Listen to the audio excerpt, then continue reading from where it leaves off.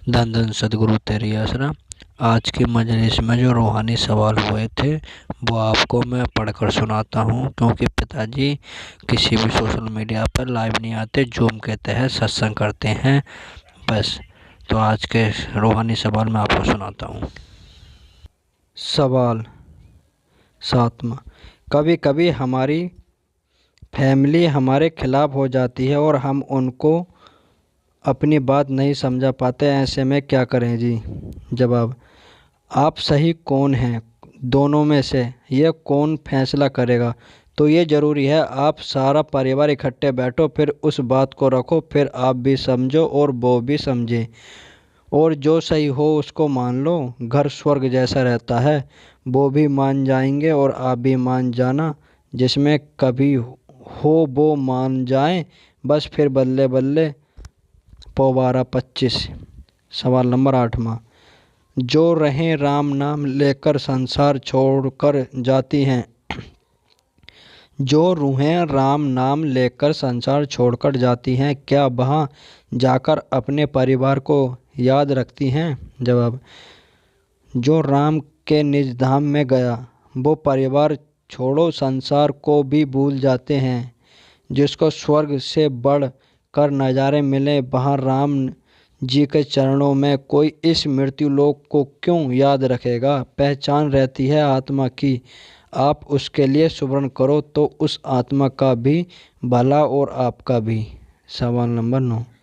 अगर कोई इंसान राम का नाम ले रहा है और उसका ध्यान कहीं और है, सिर्फ जीवा से नाम जप रहा है, तो क्या उसका सुमरण मंजूर होता है? जब राम नाम कभी खाली नहीं जाता। हम क्या करते हैं जब एक दूसरे से मिलते हैं? आजकल तो पढ़े लिखे बच्चे मिलते हैं तो क्या करते हैं? हाय बाय टाय। हमारे कितनी अच्छी परंपरा है, राम नाम। एक बार कोई राम नहीं बोलता, क्या बोलते हैं? राम राम जी। उसका कारण क्या है? जो राम जी के भी राम हैं। कौन है? ओम है, जो सर्वशक्तिमान है। तो पहला राम राम जी को, यानी राजा दशरथ जी के बेटे को, और दूसरी बार राम यानी ओम को भी याद कर लिया। राम को भी याद कर लिया तो राम का नाम जब आप जीवा से लेते हो बेटा जी, हो नहीं सकता कि ये कभी खाली जाए। आप एकांत में अपने घर में कमरे में बैठ जाओ, थोड़ा अंधेरा कमरा हो, बंद हो, किसी को सुनाई न दे, बोलकर सुमरण करो तो हमारे 9 द्वार होते हैं दिखने में, जो बाहर से दिखते हैं। 2 कान, 2 आँख, 2 नाक, 1 मुंह, 2 मलमूत्र त्यागने की इंद्रियां, रोम छिद्र। जब हम बोलते हैं तो हमारे अंदर एक तरंग पैदा होती है जो पूरी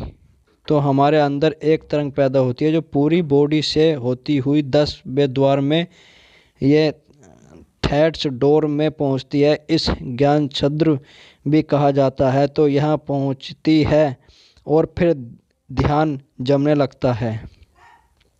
सवाल नंबर 10वां। आत्मिक शांति क्या है? हमें कैसा पता चले कि हमें आत्मिक शांति मिल रही है या नहीं?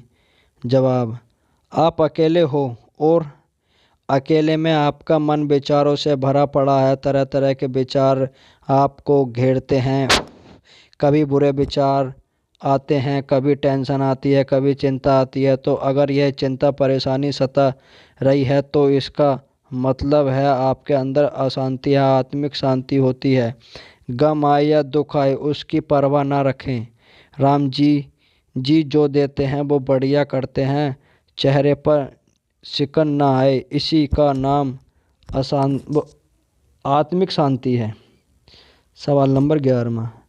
जो इस जन्म में हमारे माँ बाप रिश्तेदार हैं, क्या पिछले जन्म में भी उनका हमारे साथ कोई रिश्ता या था या नहीं? जब कोई ज़रूरी भी नहीं और हो भी सकता है, क्योंकि यह ज़रूरी नहीं है कि जो रिश्ते पहले से चले आ रहे हैं वही इस मनुष्य शरीर में होंगे, क्योंकि एक बार आत्मा शरीर छोड़ जाती है तो स्वर्ग नरक में जाती है, 84 लाख योनियों के चक्कर में घूम कर आती है, पता नहीं कौन कहाँ कहाँ चला जाता है। तो ये ज़रूरी नहीं है।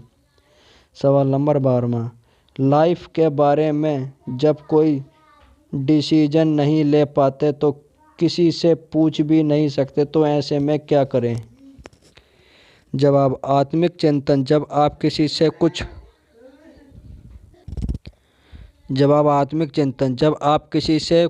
पूछ नहीं सकते तो डिसीजन नहीं ले सकते, तो आप आत्मिक चिंतन करें, सुमरन करें।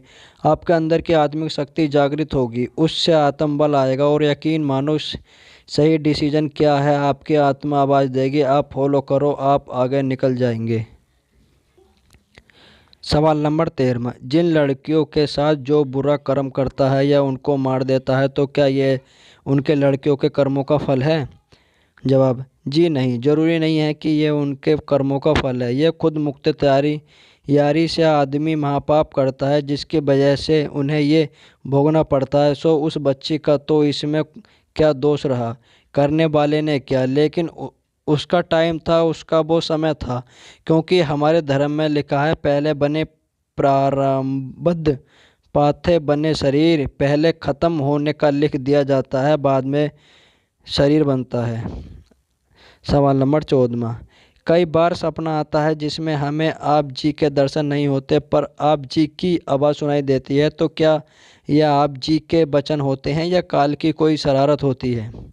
जवाब, हम तो किसी को दर्शन नहीं देते। हमारे रूप में राम जी जरूर चले आते हैं, क्योंकि वो संतों के रूप में जाते हैं। हाँ, आपको आवाज़ सुनाई देती है और आपके भले के लिए है, तो हो सकता है वो सही हो, और हो सकता है क्योंकि महाकाल भी भ्रमित कर देता है। तो सुमरन करें, आपको खुद डिसाइड हो जाएगा वो आवाज़ किसकी थी, राम की या काल की।